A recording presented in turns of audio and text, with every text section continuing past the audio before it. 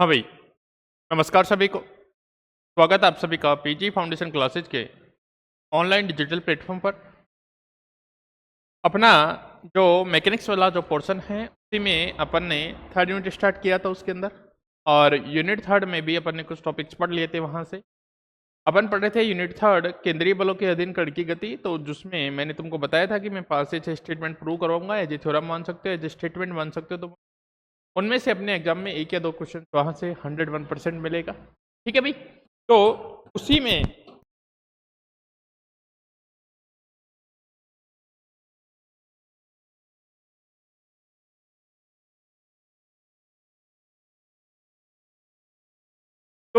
मैं आगे चर्चा करूंगा आपसे। 2 स्टेटमेंट शायद मैं अपन ने प्रूव कर लिए थे। एक तो क्या कि केंद्रीय बलों के अधीन कण की गति क्या होती है, समतल में होती है। ठीक है, केंद्रीय बलों के अधीन कण की गति क्या होती है, समतल में होती है। दूसरा स्टेटमेंट अपन ने केंद्रीय बलों के अंतर्गत कण की गति के समीकरण निकाले थे। वो समीकरण आपको ध्यान होने चाहिए, उन्हीं के बेस से आगे की चीजें अपन और डिस्कस करेंगे। ठीक है ना भाई, तो आज अपन तीसरा स्टेटमेंट प्रूव करने जा रहे हैं। और थर्ड स्टेटमेंट ये है कि देखो ये चीजें कई तरह से आएंगी। अभी मैं केपलर लॉ पढ़ाऊंगा आगे आपको, है ना। तो ये केपलर लॉ के साथ भी आ सकती है या फिर अलग से भी आ सकता है। ठीक है ना स्टेटमेंट।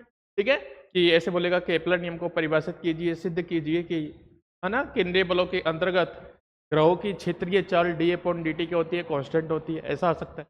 या सिद्ध कीजिए, ऐसे बोल देगा सिद्ध कीजिए कि केंद्रीय बलों के अंतर्गत कोणीय संवेग क्या होता है, नियत या संरक्षित होता है। तो पहले कोणीय संवेग को नियत कर दूंगा। ठीक है ना, वो प्रूव करूंगा उसके बाद आगे। ठीक है, तो ये स्टेटमेंट 2 या 3 प्रकार से आ सकता है। ठीक है ना, मैं बता दूंगा, लिखवा दूंगा आपको। ठीक है ना, तो आज अपन तीसरा स्टेटमेंट प्रूव करेंगे, और वो स्टेटमेंट है अपना, देखेंगे भाई। वो स्टेटमेंट अपना थर्ड स्टेटमेंट है, तो उसका देखेंगे, है ना। अपना यूनिट थर्ड चल रहा है इस चीज का। ठीक है, अपना है स्टेटमेंट एज ए कुछ लिख सकते हो, तो ऐसे लिखेंगे भाई। कोणीय संवेग का, कोणीय संवेग संरक्षण का उदाहरण देते हुए, कोणीय संवेग संरक्षण का उदाहरण देते हुए, उदाहरण देते हुए, उदाहरण देते हुए सिद्ध कीजिए कि,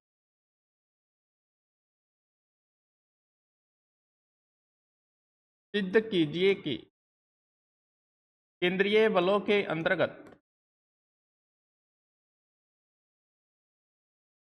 केंद्रीय बलों के अंतर्गत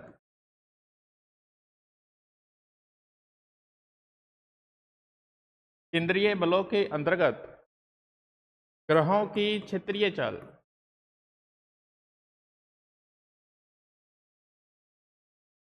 ग्रहों की क्षेत्रीय चाल, और या फिर मिल सकता है आपको भाई डी अपॉन डी टी का मान नियत होता है, का मान नियत होता है। ये स्टेटमेंट आपको प्रूव करना है भाई।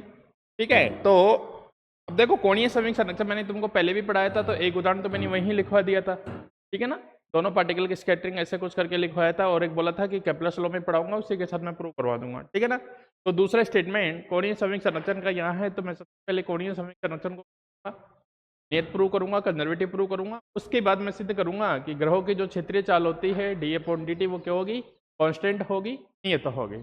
ठीक है, तो अपन चलते हैं इस चीज के लिए। देखो अपन ने कल इक्वेशन ऑफ मोशन इसके पढ़े थे सेंट्रल फोर्स के अंदर।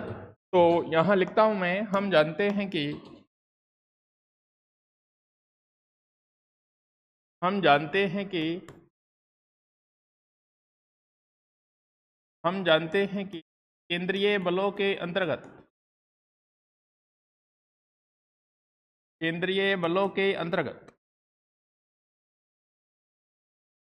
कण की गति के समीकरण, कण की गति के समीकरण भाई। और समीकरण अपन ने ऐसे पढ़े थे, एम है क्या भाई किसी को ऐसे हो तो बताना, डी टू आर अपॉन कितना, डी टी स्क्वायर माइनस कितना are D theta upon D T, इसका कितना होल स्क्वायर इक्वल टू कितना एफ आर। एक इक्वेशन तो ऐसे था। और एक इक्वेशन ऐसे था अपने पास m, यहाँ कितना देखना भाई, देख लेना एक बार, ऐसे ही लिखवाया था, ऐसे ही प्रूव करवाया था क्या, प्लस यहाँ आया था भाई r आना चाहिए, देख लेता हूँ, देखो भाई एक बार है ना, ये स्टेटमेंट था प्लस r था भाई, बिल्कुल प्लस कितना था r, और यहाँ था d2 थीटा अपॉन कितना dt स्क्वायर, ऐसे करके अपने पास इक्वेशन आई थी, दोनों इक्वेशन एक बार चेक कर लीजिएगा सभी।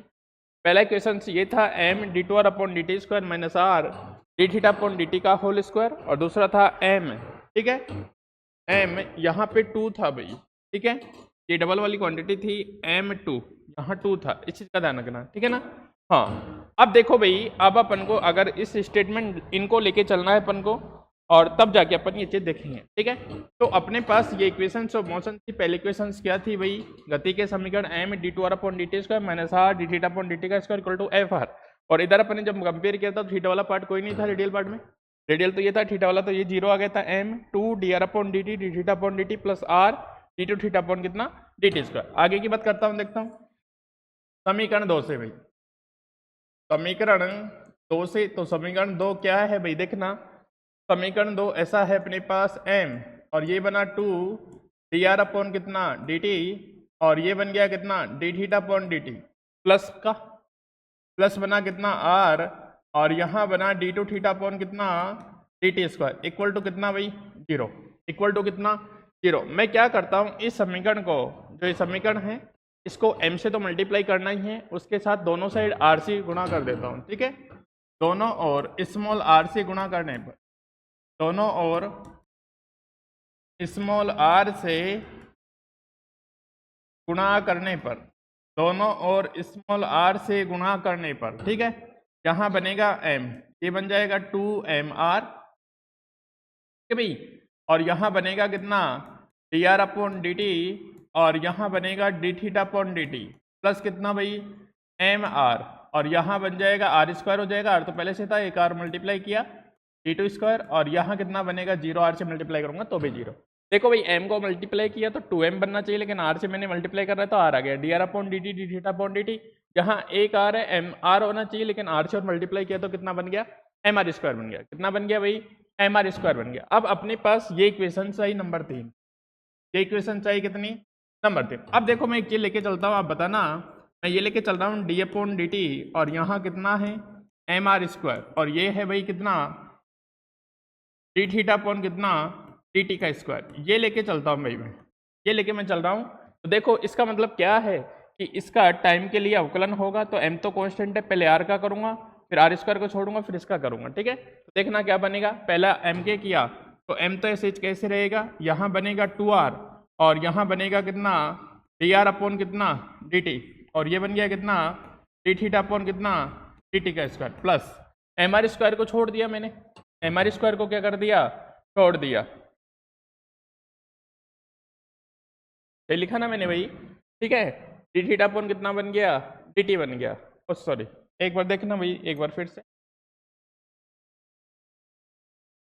अपने पास ये वाली क्वांटिटी है, तो मैंने क्या किया, एक बार r का किया, ठीक है, r का किया, ये थीटा स्क्वायर नहीं है, थीटा ही है ना, स्क्वायर नहीं लेके चल रहा भाई, ओनली थीटा लेके चल रहा हूँ, ठीक है, d थीटा अपॉन dt, देखना आपको नजर आएगा थोड़ी देर में, यहाँ है d थीटा अपॉन कितना dt, ऐसे लेके चल रहा हूँ, ठीक है, d थीटा अपॉन कितना है dt, तो यहाँ देखना m तो एज इट इज रखा, ये कितना बन गया 2r, और r का कितना हो गया dr अपॉन कितना dt, और यहाँ बना d theta upon dt plus r का कर दिया, इसको एज इट इज रखा, अब की बार r स्क्वायर को एज इट इज रखूंगा, यहाँ कितना बनेगा बताओ mr स्क्वायर, और इसका कितना हो जाएगा d2 थीटा अपॉन कितना dt स्क्वायर, ये कोई नंबर कितना लिखूं मैं 4 नंबर, ये कोई नंबर 4। अब देखो 3 और 4 को देखना भाई, 3 और 4 को देखना, यहाँ 2mr dr upon dt d theta upon dt plus mr square d2 theta upon कितना dt स्क्वायर, ठीक है। तो समीकरण 3 और 4 से इसकी जगह ये लिख सकता हूँ, समीकरण 3 और 4 से इसकी जगह क्या लिख सकता हूँ,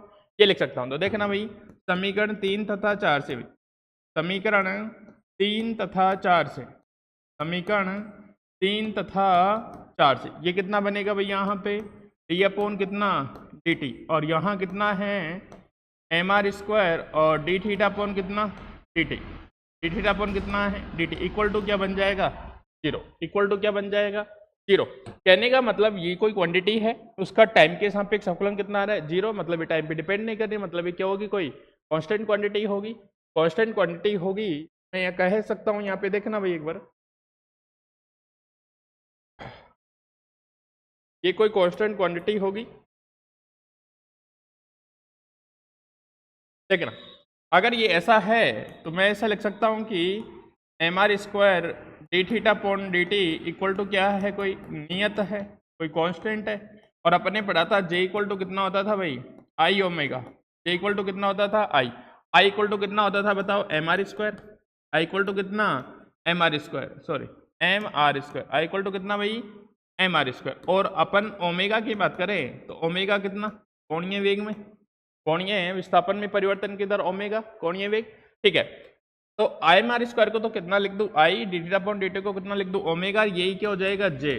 तो यहां से इसको जे लिख सकता हूं, जे इक्वल टू कितना, M R square d theta upon कितना, डी टी। या फिर इसको आई ओमेगा भी लिख सकता हूँ, आई ओमेगा भी लिख सकता हूँ, जो क्या है भाई, नियत है। तो कोणीय समय कैसा आ गया, कांस्टेंट आ गया। तो मैं यहाँ से कह सकता हूँ कि कोणीय समय कैसी क्वांटिटी है केंद्रीय बलों के अंतर्गत, नियत है, संरक्षित है, ठीक है। तो मैं क्या कह सकता हूँ भाई, कोणीय समय क्या है, नियत है, संरक्षित है, ठीक है। तो ये नंबर कितना, 5, मैं लिख सकता हूँ यहाँ समीकरण 5 से। अतः समीकरण 5 से, समीकरण 5 से हम कह सकते हैं, हम कह सकते हैं कि केंद्रीय बलों के अंतर्गत, केंद्रीय बलों के अंतर्गत कोणीय संवेग, कोणीय संवेग नियत होता है, ठीक है। इसे ही क्या बोलते हैं अपन, कोणीय संवेग संरक्षण का नियम बोलते हैं। यही तो था भाई, बाह्य बल आघूर्ण अनुप्रस्थ कोणीय संवेग क्या होता है, नियत होता है। जैसे अपन क्या बोलते थे, कोणीय संवेग। तो ये कोणीय संवेग संरक्षित रहेगा इस कंडीशन में, ठीक है ना। अब अपन इसमें, इसी में स्टेटमेंट है कि अपन को ये भी प्रूव करना है कि ग्रहों की जो क्षेत्रीय चाल होती है वो भी क्या होती है, कांस्टेंट होती है, डी अपॉन डी टी, ठीक है। तो उसकी चर्चा करता हूँ मैं आपसे, देखना भाई एक बार इसको लिख देता हूँ। अपने पास कितना आया, चूंकि अपने पास आया जे इक्वल टू कितना, एम आर स्क्वायर, और ये आया d theta upon D t equal to कोई कांस्टेंट है भाई, ठीक है। अब मैंने क्या बोला, मैंने ये बोला ग्रहों की जब क्षेत्रीय चाल की बात आती है तो ग्रह क्या होता है ना, अपने वृत्ताकार पथ में क्या करता है, गति करता है। तो मैं मान लेता हूँ उस कंडीशंस के लिए, है ना।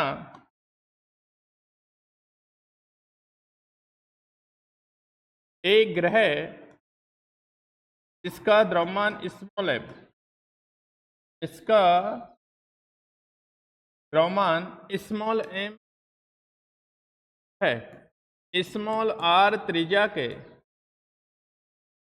स्मॉल आर त्रिज्या के वृत्ताकार पथ, रास्ता है ना, वृत्ताकार पथ पर गतिशील, वृत्ताकार पथ पर गतिशील है। देखना भाई, अपने पास एक सैटेलाइट मान लिया अपन ने, सैटेलाइट है, और वो सैटेलाइट कैसे है, सैटेलाइट कुछ ऐसे है, सैटेलाइट कुछ ऐसे है। देखना भाई एक बार, हाँ ये अपन ने मान लिया भाई, ठीक है। तो यहाँ से मैंने बात की कि ये इसका क्या है, सेंटर पॉइंट है, ये इसका क्या है, सेंटर है, ठीक है। तो ये इसकी क्या होगी, रेडियस होगी। अपन ने मान लिया किसी टाइम सैटेलाइट यहाँ था, स्मॉल टाइम बाद इसका विस्थापन यहाँ हो जाता है ए बी। ये एंगल कितना है, डी थीटा मान लेता हूँ, स्मॉल एंगल कितना, डी थीटा। थीटा बहुत स्मॉल है भाई, स्मॉल एंगल किसकी बात कर रहा हूँ, बहुत स्मॉल एंगल की बात कर रहा हूँ, ठीक है। अब देखो जब ये स्मॉल एंगल होगा, स्मॉल एंगल होगा, तो यहाँ अगर मैं कोण बराबर चाप बटा त्रिज्या से लगाऊं, कोण इक्वल टू कितना होता है बताओ, चाप अपॉन रेडियस, चाप अपॉन कितना, त्रिज्या। तो कोण कितना हो गया यहाँ पे, डी थीटा, और चाप कितना हो गया, ए बी लिख दूं, और रेडियस कितनी, आर। तो ए बी इक्वल टू कितना हो जाएगा यहाँ पे, capital R D theta. Capital R कितना हो जाएगा, डी थीटा। अगर थीटा बहुत स्मॉल है, सुनना, क्योंकि थीटा बहुत स्मॉल है, अगर डी थीटा लिख दूं, डी थीटा बहुत अल्प है, बहुत अल्प है तो त्रिभुज ओ ए बी, तो त्रिभुज ओ ए बी एक समकोण त्रिभुज होगा, एक समकोण त्रिभुज होगा। एक क्या होना चाहिए भाई, समकोण त्रिभुज होगा। ठीक है, ये समकोण त्रिभुज हो जाएगा कैसे भाई, देखना। अतः समकोण त्रिभुज, अतः समकोण त्रिभुज, समकोण त्रिभुज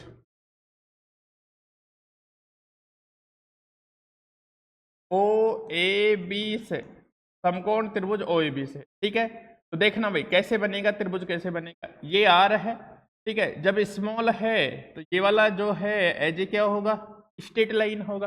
अरे बहुत छोटे की बात करूं मैं इसके पार्ट की, तो क्या होगी अपने पास, स्ट्रेट लाइन होगी। ठीक है, ये एंगल कितना है बताओ, डी थीटा, और ये भी कितना आर, और ये कितना है आर डी थीटा। अतः, और ये ओ, अतः त्रिभुज ओ ए बी का क्षेत्रफल, ओ ए बी का क्षेत्रफल, त्रिभुज ओ ए बी का क्षेत्रफल कितना हो जाएगा, देखना भाई क्षेत्रफल कितना, अगर डी ए मानो स्मॉल के लिए, क्षेत्रफल कितना है डी ए, ये हो जाएगा 1/2 बेस 2 परपेंडिकुलर हो जाएगा, आर कितना डी थीटा, तो ये आ जाएगा कितना r square d theta upon कितना, अरे half base into height, half कितना हो जाएगा भाई 1/2 बेस इंटू हाइट हो जाएगी, 1/2 आधार इंटू क्या होता है ऊंचाई, मैं लिख देता हूँ यहाँ पे, क्षेत्रफल कितना हो जाएगा 1/2 इंटू कितना आधार, 1/2 आधार इंटू कितना ऊंचाई, 1/2 आधार इंटू कितना हो जाएगा भाई ऊंचाई। तो ये वाला फॉर्मूला यूज किया मैंने, ठीक है ना,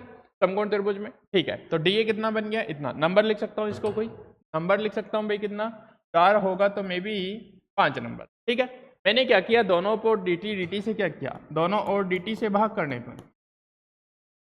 दोनों ओर dt से भाग करने पर, dt से भाग करने पर मैंने दोनों dt से भाग किया इसमें, तो यहाँ डी अपॉन कितना बना dt के ऊपर को तो यही लाना है, और ये कितना बन गया आर स्क्वायर, ये कितना बन गया भाई आर स्क्वायर, यहाँ कितना 2, और ये बन गया कितना डी थीटा अपॉन dt, यहाँ कितना बन गया डी थीटा अपॉन dt।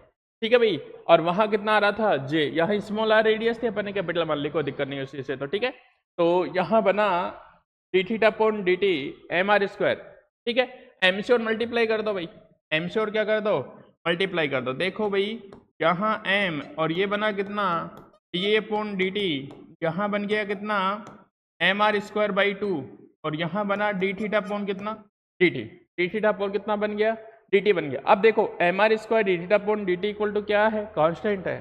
ठीक है, तो मैं यहाँ लिखता हूँ एम डी ए अपॉन कितना डी टी, तो ये कोई हो जाएगा नियत अपॉन कितना 2, तो यहाँ से कितना D upon D t equal to कितना हो जाएगा नियत अपॉन 2m हो जाएगा, नियत अपॉन 2m, मतलब ये भी कोई कांस्टेंट क्वांटिटी है, 2 इंटू एम, 2m क्या है मास 2 कांस्टेंट है, ये भी क्या है कोई कांस्टेंट क्वांटिटी है। ये कहाँ से लिखा भाई पता है ना, समीकरण उस वाली समीकरण से लिखा है ऐसे मैंने। ठीक है, अतः मैं यहाँ लिख सकता हूँ, अतः d upon D t equal to क्या आएगा नियत आएगा, डी अपॉन डी टू क्या आएगा नियत आएगा। तो अपन कह सकते हैं कि केंद्रीय बलों के अंतर्गत ग्रहों की जो क्षेत्रीय चाल होती है डी अपॉन डी टी, वो क्या होती है भाई कांस्टेंट होती है, वो क्या होती है भाई कांस्टेंट होती है। ठीक है, इस चीज का ध्यान रखेंगे, ऐसे स्टेटमेंट आएगा अपना।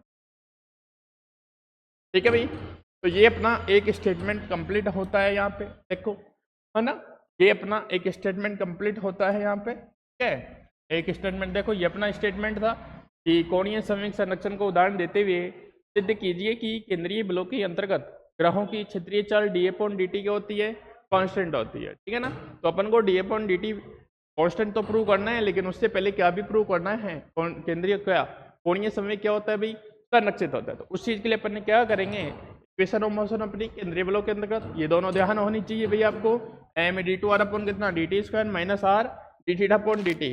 ठीक है भाई, इस चीज का ध्यान रखेंगे, दोनों इक्वेशंस आपको लर्न होनी चाहिए, इन इक्वेशंस को यूज करके आगे। अब इनमें से मैंने क्या किया, सेकंड वाले इक्वेशन को उठाया और आगे का काम किया। ठीक है, तो ये पहला स्टेटमेंट है, लिख लो इसको एक बार।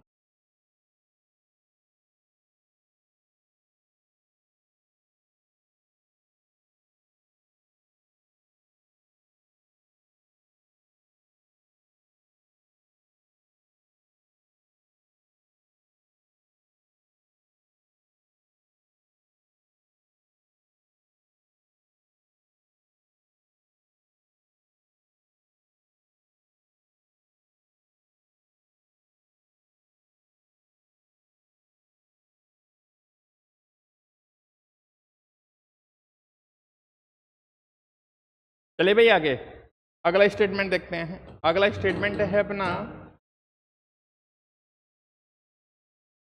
अगला स्टेटमेंट है भाई, तो क्वेश्चन करके लिख सकते हो। सिद्ध कीजिए कि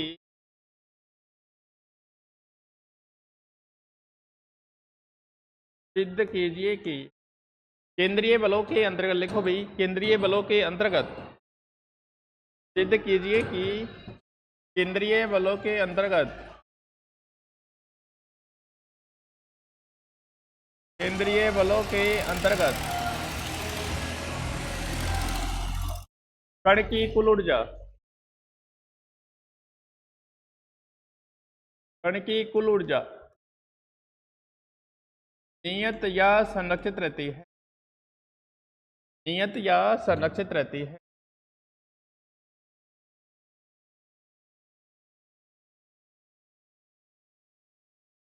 ये स्टेटमेंट प्रूव करना है भाई कि केंद्रीय बलों के अंतर्गत जब कण की गति होती है तो उसकी टोटल एनर्जी क्या होनी चाहिए, कंजर्व होनी चाहिए। टोटल एनर्जी क्या होनी चाहिए भाई, कंजर्व होनी चाहिए। ठीक है, चलिए अपन लिख लेते हैं भाई।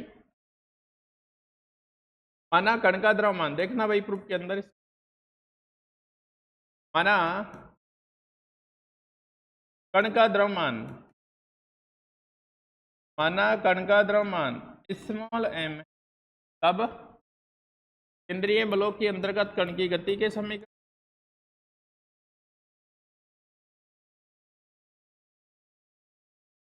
केंद्रीय बलों के अंतर्गत कण की गति के समीकरण, केंद्रीय बलों के अंतर्गत कण की गति के समीकरण कैसे, m और यहाँ था कितना d2 r अपॉन कितना dt स्क्वायर माइनस r और d थीटा अपॉन कितना भाई dt का स्क्वायर इक्वल टू कितना भाई fr। और दूसरा इक्वेशन कैसे था, m2 dr अपॉन कितना dt और इधर कितना 2 dr अपॉन कितना dt और यहाँ कितना d theta upon dt plus कितना r और ये बनेगा कितना d2 थीटा अपॉन कितना dt स्क्वायर इक्वल टू कितना 0। ये कोई नंबर 1 और ये कोई नंबर, ये क्वेश्चंस थी भाई। जब अपन ने पीछे वाला स्टेटमेंट प्रूव किया था कि केंद्रीय बलों के अंतर्गत कण की गति क्षेत्रीय चल जो भी, ठीक है, उसके लिए अपन ने सेकंड यूज किया था। अब मुझे क्या चाहिए भाई, अब मुझे क्या चाहिए, देखो इतना सा आइडिया लगा सकते हो कैसे क्वेश्चंस आएगी। अपन ने एफ क्या होता है, सेंट्रल फोर्स होता है, एफ कैसा सेंट्रल फोर्स। और अपन ने पीछे वाली यूनिट में पढ़ा था कि जो केंद्रीय बल है के लिए फोर्स को मैं क्या लिख सकता हूँ, स्थितिज ऊर्जा की ऋणात्मक अदिश प्रवणता के रूप में क्या कर सकता हूँ, लिख सकता हूँ। तो अगर उसको चेंज कर दूंगा तो यहाँ से पोटेंशियल एनर्जी जैसा कुछ आएगा, यहाँ से क्या बनेगा अपने पास एक पोटेंशियल एनर्जी की क्या बनेगी, टर्म बनेगी। टर्म बनेगी तो पोटेंशियल एनर्जी जो टर्म बनेगी तो उसके कारण यहाँ एनर्जी का कुछ आएगा, मतलब कहने का मतलब, ठीक है। तो इक्वेशंस कौन सी यूज करूंगा, ये वाली इक्वेशंस यूज, ऐसे आप थोड़ा आइडिया ले सकते हो, ठीक है। तो मैं बात करता हूँ समीकरण 1 से, देखना भाई समीकरण 1 से, समीकरण 1 से, समीकरण 1 से क्या बना m और यहां बन गया d2r अपॉन कितना dt स्क्वायर माइनस कितना बनेगा r और यहां बनेगा d थीटा अपॉन कितना dt का स्क्वायर इक्वल टू कितना भाई fr, इक्वल टू कितना है fr है, ठीक है। m से मल्टीप्लाई करता हूं इसको अंदर, यहां बनेगा m d2r अपॉन कितना dt स्क्वायर माइनस कितना mr और यहाँ कितना डी थीटा अपॉन कितना dt का स्क्वायर इक्वल टू कितना बनेगा fr। यहाँ तक कोई दिक्कत नहीं है, यहाँ तक सेम एज इट इज जो चल रहा था वैसे ही किया मैंने। अब अपन ने देखो पीछे वाले में एक अपन ने पढ़ा था चूंकि j इक्वल टू कितना आता है वहाँ एम आर स्क्वायर और डी थीटा अपॉन dt क्या आता है, कॉन्स्टेंट आता है। मुझे डी थीटा अपॉन dt चाहिए यहाँ से, अगर तो मैं लिखूंगा डी थीटा अपॉन dt, ठीक है। यहाँ से कितना बन जाएगा j अपॉन कितना M R square, j upon कितना एम आर स्क्वायर। ये डी थीटा अपॉन dt यहाँ से मैं इसमें रख सकता हूँ, डी थीटा अपॉन dt क्या कर सकता हूँ भाई, इसमें रख सकता हूँ। तुम्हें कोई दिक्कत है क्या, कोई दिक्कत हो तो बोलेगा भाई कि सर मुझे दिक्कत है, नहीं है ना, कोई दिक्कत नहीं है। चलो तो आगे चलता हूँ। ये मान मैंने यहाँ रखा, ये बनेगा कितना m d2r अपॉन कितना dt स्क्वायर माइनस कितना mr तो एज इट इज, और इसका मान कितना हो जाएगा j अपॉन कितना mr स्क्वायर, इसका कितना होल स्क्वायर इक्वल टू कितना है भाई fr है। देखना भाई इसका होल स्क्वायर ओपन करूंगा तो j square m square r की पावर 4 ठीक है, तो देखो एक स्टेटमेंट और लिख देता हूँ। एम यहाँ बना कितना, डी टू आर अपॉन कितना, एम आर, और ये बन जाएगा कितना, जे स्क्वायर, यहाँ एम स्क्वायर आर की पावर 4, सॉरी आर की पावर क्या बनेगी भाई, आर की पावर 4, स्क्वायर है इसलिए, ठीक है, स्क्वायर तो पहले से ही है, ठीक है, इक्वल टू कितना बन गया, एफ आर बन गया, इक्वल टू कितना बन गया भाई, एफ आर। नेक्स्ट चलता हूँ मैं, देखो एम आर से एम आर कैंसिल आउट हो गया तो एम आर क्यूब बनेगा, एम कितना बनेगा, आर क्यूब बनेगा। देखना भाई यहाँ पे, यहाँ बनेगा अपने पास एम, यहाँ कितना डी टू आर अपॉन कितना डी टी स्क्वायर, माइनस कितना, ऐसा स्टेटमेंट है अपना आर, यहाँ कितना जे स्क्वायर, यहाँ कितना एम स्क्वायर आर की पावर 4, और इक्वल टू कितना बनेगा, एफ आर बनेगा। ठीक है, यहाँ बना अपने पास एम, और ये कितना डी टू आर अपॉन कितना डी टी स्क्वायर, माइनस कितना जे स्क्वायर अपॉन कितना एम, और ये कितना आर क्यूब, इक्वल टू कितना एफ आर, इक्वल टू कितना बना, एफ आर बना। यहाँ से कोई दिक्कत है क्या, नहीं है भाई, कोई दिक्कत नहीं चाहिए मेरे हिसाब से, मेरे हिसाब से क्या नहीं होना चाहिए, कोई दिक्कत। अब इसको अपन को कन्वर्ट करना है भाई, इसको अपन को कैसे कन्वर्ट करना है वो देखेंगे। देखो कन्वर्ट करने के लिए मैं क्या करूं, मुझे इसकी वैल्यू यहाँ से हटानी है, तो मैं ऐसा मान सकता हूं क्या कि जो डी अपॉन डी आर, देखना भाई मैं क्या लेके चल रहा हूँ थोड़ा चेंज के लिए, डी अपॉन कितना डी आर, यहाँ से मैं लेके चला 1 अपॉन आर स्क्वायर, ये कितना बनेगा -2 अपॉन कितना आर क्यूब। अपन को यहाँ से -1 अपॉन आर क्यूब की वैल्यू रखनी है, -1 अपॉन किसकी, आर क्यूब की। ठीक है, कि देखो तुमने एनर्जी की जो फॉर्म देखी होगी, काइनेटिक एनर्जी होती है, पोटेंशियल होती है, और क्या होती है, रोटेशनल हो सकती है, रोटेशनल भी हो सकती है ना। ठीक है, तो अपन को ज़्यादा से ज़्यादा क्या चाहिए, हाफ एम बी स्क्वायर जैसा कुछ टर्म बनानी है, या फिर हाफ आई ओमेगा स्क्वायर जैसी टर्म बनानी है। ठीक है, तो देखो उसके लिए आर क्यूब तो आना नहीं चाहिए, तो स्क्वायर वाली फॉर्म भी चाहिए अपन को, तो यहाँ से 2 को इधर भेजा और माइनस को इधर रखा, तो यहाँ बनेगा -1 अपॉन कितना आर क्यूब, यहाँ बना 1 अपॉन 2 डी अपॉन कितना डी आर, और ये बन गया कितना 1 अपॉन आर स्क्वायर, कितना बन गया भाई 1 अपॉन आर स्क्वायर बन गया। देखना यहाँ से क्या बनेगा, आर क्यूब -1 आर क्यूब की जगह ये रख सकता हूँ कहने का मतलब। ठीक है, ये बना एम, और यहाँ बना कितना डी टू आर अपॉन कितना डी टी स्क्वायर, यहाँ बना माइनस माइनस माइनस तो प्लस हो जाए क्योंकि माइनस की वैल्यू रख रहा हूँ मैं। ठीक है, ये बना जे स्क्वायर अपॉन 2 तो पहले से था, am sorry J square upon कितना था, जे स्क्वायर अपॉन एम था, ये तो बचा। ठीक है, अरे माइनस की वैल्यू रख रहा हूँ तो ये तो हट गया, जे square upon 1 upon r cube कितना हो जाएगा 1 अपॉन 2, और यहाँ बना कितना डी अपॉन डी आर, और 1 अपॉन कितना भाई आर स्क्वायर, ये वैल्यू बनी अपनी। ठीक है, इक्वल टू कितना बनेगा, एफ आर बनेगा, इक्वल टू एफ आर। इसको देखो कांस्टेंट क्वांटिटी है तो इंटीग्रेशन के अंदर, समाकलन के अंदर जा सकता है, क्यों आर के सापेक्ष है, और ये सब कुछ क्या है कांस्टेंट, तो इंटीग्रेशन के समाकलन अवकलन के क्या कर दो, अंदर भेज दो। एम बनेगा यहाँ से डी टू आर अपॉन कितना डी टी स्क्वायर, प्लस यहाँ बनेगा कितना कंप्लीट को ही भेज दो, यहाँ डी अपॉन कितना डी आर बना, और यहाँ क्या बन गया देखो जे स्क्वायर भी अंदर चले गया, और यहाँ 2m, और ये आर स्क्वायर भी कहाँ चला गया अंदर, इक्वल टू कितना बन गया एफ आर, इक्वल टू कितना बन गया एफ आर। अब देखो यहाँ से कुछ बन रहा है, अब अगर ये क्या है केंद्रीय बल है, केंद्रीय बलों के अंदर कण की गति लेके चले थे, और एफ आर क्या होता है सेंट्रल फोर्स होता है, एफ आर क्या होता है भाई सेंट्रल फोर्स होता है। इक्वेशन है क्या कोई पीछे देखना भाई 1 2, ठीक है, नंबर 3 लिख देता हूँ इसको, देखना भाई ये नंबर अपने पास 3 आया, तो मैं यहाँ से क्या कह सकता हूँ, यदि एफ आर क्या है केंद्रीय बल, और केंद्रीय बल था ही, केंद्रीय बल क्या है था ही, तो केंद्रीय बल जो फोर्स होता था उसको मैं स्थितिज ऊर्जा की ऋणात्मक अदिश प्रवणता के रूप में क्या कर सकता हूँ, लिख सकता हूँ। ठीक है, तो देखना भाई क्योंकि एफ आर एक केंद्रीय बल है, एफ आर एक क्या है भाई केंद्रीय बल है, एफ आर कैसा है सेंट्रल फोर्स है, सेंट्रल फोर्स है तो मैं क्या कर सकता हूं, अतः केंद्रीय बलों को, केंद्रीय बलों को स्थितिज ऊर्जा के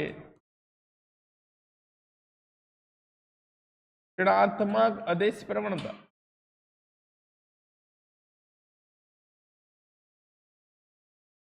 अदिश प्रवणता के रूप में लिखा जा सकता है, लिखा जा सकता है। पीछे स्टेटमेंट प्रूव करवाया भाई सेकंड वाली यूनिट के अंदर मैंने, ठीक है। तो अर्थात मैं क्या लिख सकता हूँ यहाँ से, अर्थात मैं इसको लिख सकता हूँ एफ आर को minus gradient of u r का फंक्शन, ठीक है ना। ये बनेगा कितना, f r minus d you upon D r लिख सकता हूँ भाई। नंबर कितने, 4, ये लिख सकता हूँ मैं। मैंने स्टेटमेंट प्रूव करवाया था, अगर कोई सेंट्रल फोर्स है तो सेंट्रल फोर्स को मैं स्थितिज ऊर्जा की ऋणात्मक हदिश प्रवणता के रूप में क्या कर सकता हूँ, लिख सकता हूँ भाई। कोई दिक्कत किसी, 3 और 4 से ये करूँगा, समीकरण 3 तथा 4 से। यहाँ मैंने देखा समीकरण 3 तथा 4 से भाई, 3 तथा 4 से क्या बनेगा भाई, इसकी जगह ये वैल्यू रख दूंगा। यहाँ बनेगा कितना, M D two R upon कितना, डी टी स्क्वायर, ठीक है भाई, प्लस कितना बनेगा, डी अपॉन कितना, डी आर। ये तो एज इट इज चलेगा। यहाँ बनेगा कितना, जे स्क्वायर अपॉन कितना, 2m आर स्क्वायर, और इक्वल टू कितना बनेगा, minus d you upon D R, minus कितना बनेगा, D you upon D R बनेगा, ठीक है। इसको इधर रखो, इसको इधर भेज दो, इसमें भी डी अपॉन डी आर है, ठीक है।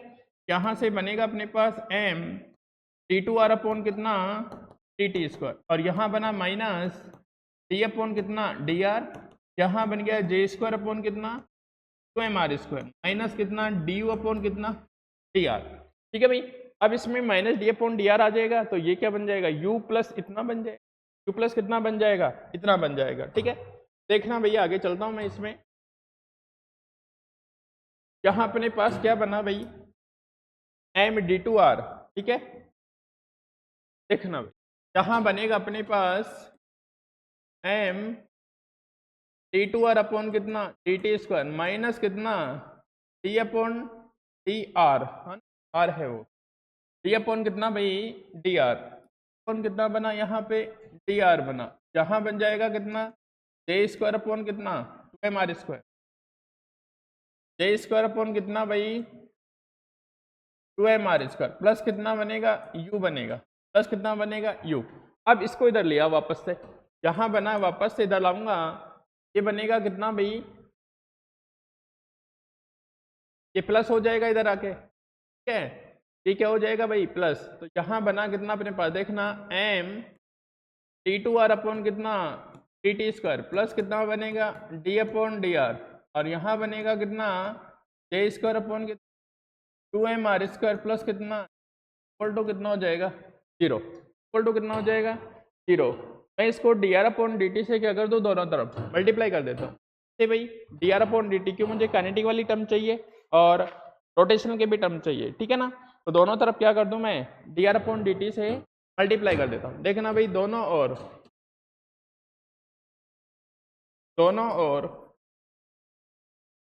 D R upon D T से गुणा करने पर, भाई गुणा कर दो भाई, इनको दोनों को मैंने गुणा किया। यहाँ कितना बनेगा, m, और ये कितना, डी आर अपॉन कितना, डी टी, और डी टू आर अपॉन कितना भाई, डी टी स्क्वायर, प्लस यहाँ पे कितना, D R upon D T, और ये है डी अपॉन कितना, डी आर। यहाँ से बनेगा कितना, जे स्क्वायर अपॉन कितना, 2m आर स्क्वायर, प्लस कितना, u टू कितना, 0। डी आर से डी आर कैंसिल, तो डी अपॉन डी टी में कन्वर्ट हो जाएगा ये, डी अपॉन डी टी। यहाँ बना m और डी आर अपॉन कितना, डी टी, और यहाँ कितना, डी टू आर अपॉन कितना, डी टी स्क्वायर, प्लस कितना, यहाँ बनेगा डी अपॉन डी टी, और ये बनेगा कितना भाई, जे स्क्वायर अपॉन कितना, 2m आर स्क्वायर, और प्लस कितना, u, इक्वल टू कितना, 0।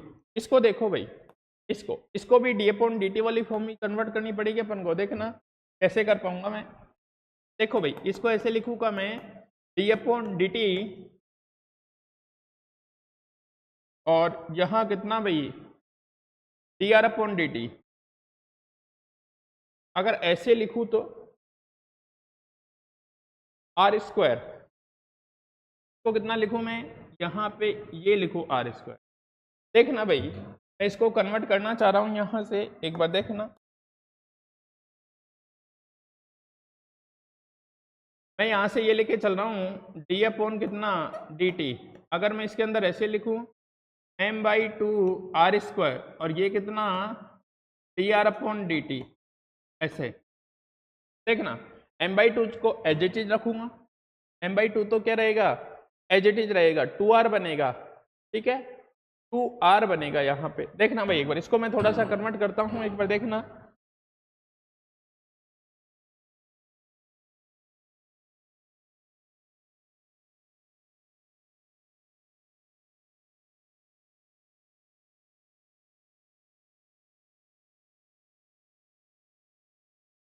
देखो भाई इसको कैसे कन्वर्ट करूं मैं कि ये वाली फॉर्म कन्वर्ट में रहे।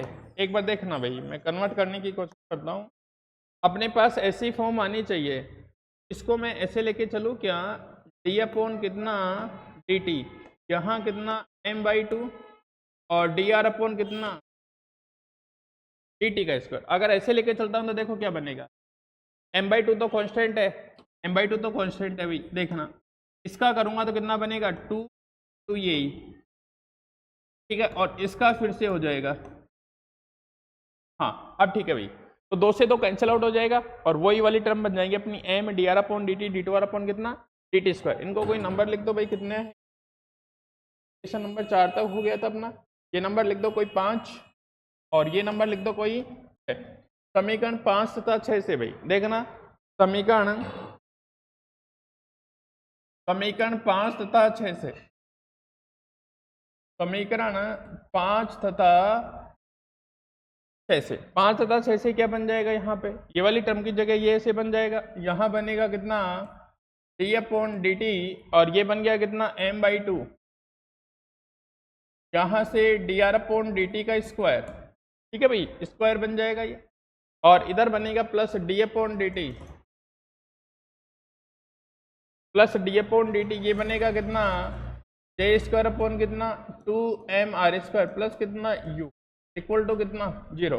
दोनों में से डी अपॉन डी टी को क्या करूँ, बाहर निकाल दो भाई, दोनों में से डी अपॉन डी टी को क्या करूँ, बाहर निकाल देता हूँ। यहाँ बनेगा कितना डी अपॉन डी टी, यहाँ बनेगा कितना m/2 और ये कितना D R upon D T का स्क्वायर प्लस कितना बताओ जे स्क्वायर अपॉन कितना 2mr² plus u equal to कितना।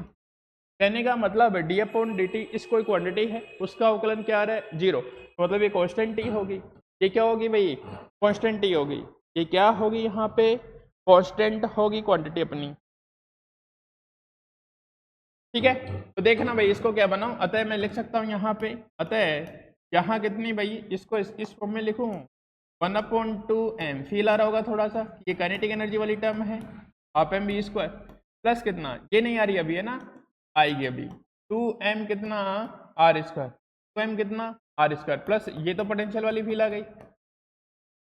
इसको मैं काइनेटिक बनाने की कोशिश, देखो इसको क्या बनाऊं, इसको मैं ये बना सकता हूँ जे² अपॉन कितना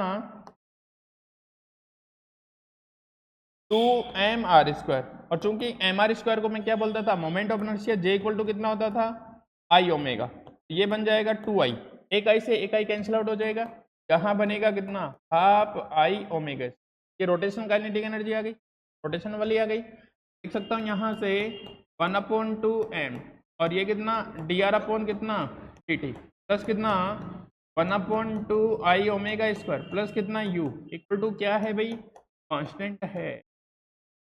और यही अपन को प्रूव करना था, यही अपन को क्या करना था, प्रूव करना था कि जो टोटल एनर्जी है केंद्रीय बलों के अंतर्गत वो क्या होती है, क्या क्या होती है भाई, संरक्षित होती है। अच्छा डेरिवेशन है भाई, एग्जाम में आने लायक है, ठीक है। अपन ने देखा था, चित्र कीजिए कि केंद्रीय बलों के अंतर्गत कण की कुल ऊर्जा क्या होती है, नियत या क्या होती है भाई, संरक्षित होती है। उस चीज का मैंने आपसे मैंने क्या किया, सबसे इक्वेशन हम मोशन पता थी के अंदर ये वाली, तो अपन को कैसे फील आएगा कि सर कौन सा इक्वेशन यूज करना है, कौन सा इक्वेशन यूज करना है। तो यहाँ सेंट्रल फोर्स है, इसको मैं ग्रेडियंट ऑफ यू लिखूंगा, मतलब पोटेंशियल एनर्जी जैसी फॉर्म आने की संभावना है यहाँ से। तो ये वाली समीकरण का मैंने क्या कर लिया, यूज कर लिया, ये वाली समीकरण का मैंने क्या कर लिया, यूज कर लिया, ठीक है, कोई दिक्कत। एक बार लिख दो इसको जल्दी से।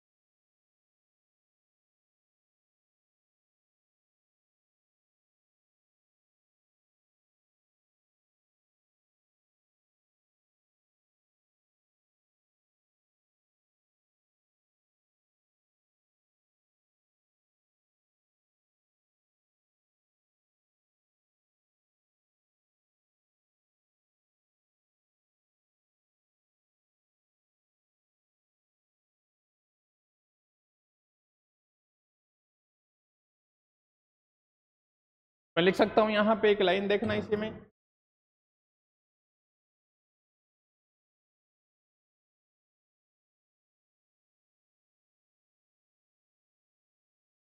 देखो भाई मैं क्या लिख सकता हूँ, अतः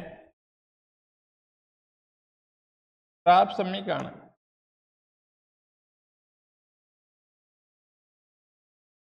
समीकरण केंद्रीय बलों के अंतर्गत, केंद्रीय बलों के अंतर्गत कण की कुल ऊर्जा को प्रदर्शित करता है,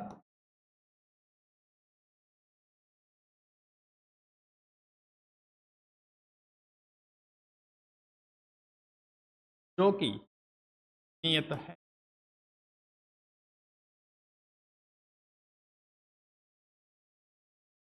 जो कि नियत है, ठीक है भाई, कैसी है, कांस्टेंट है, कंजर्व है, ठीक है। तो दो स्टेटमेंट पहले प्रूव कर लिए, दो आज कर लिए, ठीक है। नेक्स्ट दो और करेंगे, अभी तो थोड़ा है, अच्छा यूनिट है आप, यानी और यहाँ से मुझे लगता है कि यानी कुछ जरूर बनेगा यहाँ से, ठीक है ना। तो आज के लिए इतना ही करते हैं, आगे मिलते हैं आपसे कल। ओके भाई।